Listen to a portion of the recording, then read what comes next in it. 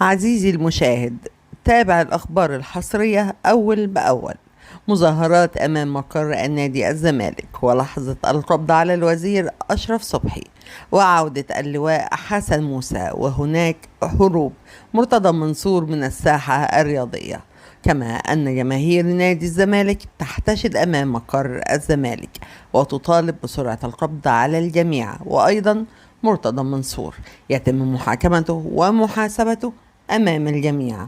شاهد ماذا حدث. عزيزي المشاهد، ولكن أعطر فمك بذكر الله والصلاة والسلام على رسول الله، ولايك واشتراك للقناة حتى يصلك منا كل جديد وحصري. وما تنساش تعمل لايك للفيديو علشان يوصل لأكبر عدد من المتابعين. لكل الناس عاجل جدا، هناك مظاهرات قوية جدا أمام مقر النادي الزمالك والقبض على الوزير أشرف صبحي.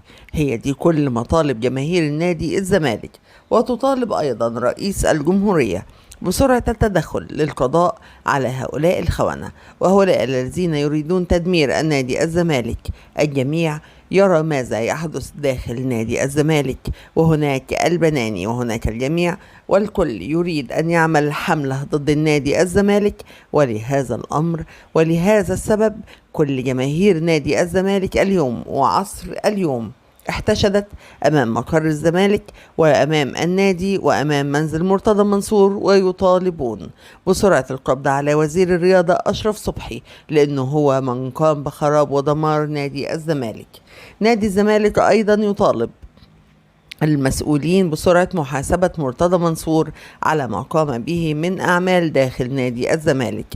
الجميع يرى أيضا خسارة النادي للبطولة العربية وصعود الفريق الكويتي على حساب الزمالك لكأس العالم للأندية، ويعد هذا إخفاقا أيضا لما يقوم به المجلس الجديد واللجنة الثلاثية التي تدير النادي الزمالك.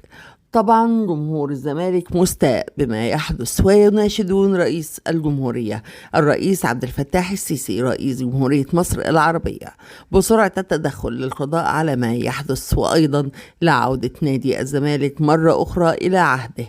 أيضا هناك من قام بإشعال النيران الذاتية بين جماهير نادي الزمالك أمام مقر مرتضى منصور أو منزل مرتضى منصور، ويطالبون رئيس الجمهورية أيضا بسرعة القبض على هذا المختل وسجنه لما قام به من خراب ودمار، وأن النادي لا يستطيع التعاقد مع أي لاعبين نظرا لما يقوم به النادي الأهلي. فبعدما فاز الأهلي بكل البطولات المحلية والقارية، عاود القارة وتعاقد مع أهم صفقتين وهما اللاعب إمام عاشور. الأهلي حاليا يخطط أيضا التعاقد مع مهاجم عالمي، مهاجم يقوم بتخليص الفرص إلى أهداف، لأن النادي الأهلي أيضا سيفوز بكل البطولات. والجميع داخل نادي الزمالك وجمهور نادي الزمالك أن الزمالك لن يستطيع المنافسة إطلاقا مع النادي الأهلي. انظروا أو تخيل عزيزي المتابع والمشاهد، الأهلي بدون الصفقات يفوز بكل شيء، ما بالك لو تعاقد النادي الأهلي مع كل الصفقات التي يحتاجها؟ إذن فإن النادي الأهلي سيهز إفريقيا وسينايم إفريقيا في أذان المغرب. علشان كده جمهور الزمالك يقوم بالتظاهر حاليا ويريد الفوز حاليا، ويريد أيضا تدخل سيادة الرئيس أو سيادة رئيس الجمهورية من أجل التخلص من هؤلاء الحشرات الذين يتطاولون على نادي الزمالك. وهناك من يأتي أيضا حسن موسى، وهناك البناني، والجميع يريد أن يظهر نفسه فقط على حساب نادي الزمالك. هو ده كان تجمع جماهير نادي الزمالك اليوم وإشعال النيران الذاتية، مطالبين نادي الزمالك بعودته إلى مكانته الطبيعية باستغاثتهم إلى رئيس الجمهورية وما يحدث خلف الزمالك.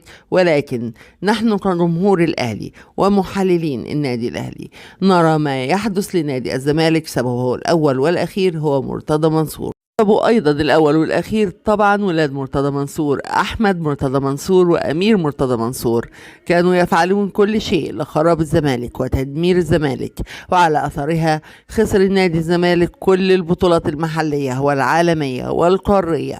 ولهذا نحن كجماهير النادي الأهلي نطالب المسؤولين بسرعة الوقوف مع نادي الزمالك من أجل وجود منافسة ولا حكم أن نادي الأهلي بإذن الله سيفوز بكل البطولات مهما فعل ومهما تعاقد النادي الزمالك مع اللاعبين. من فضلك لا تنسى ذكر الله والصلاة والسلام على رسول الله، ولايك واشتراك القناة حتى يصلك منا كل جديد وحصري في عالم كرة القدم. كنتم مع توب تيم.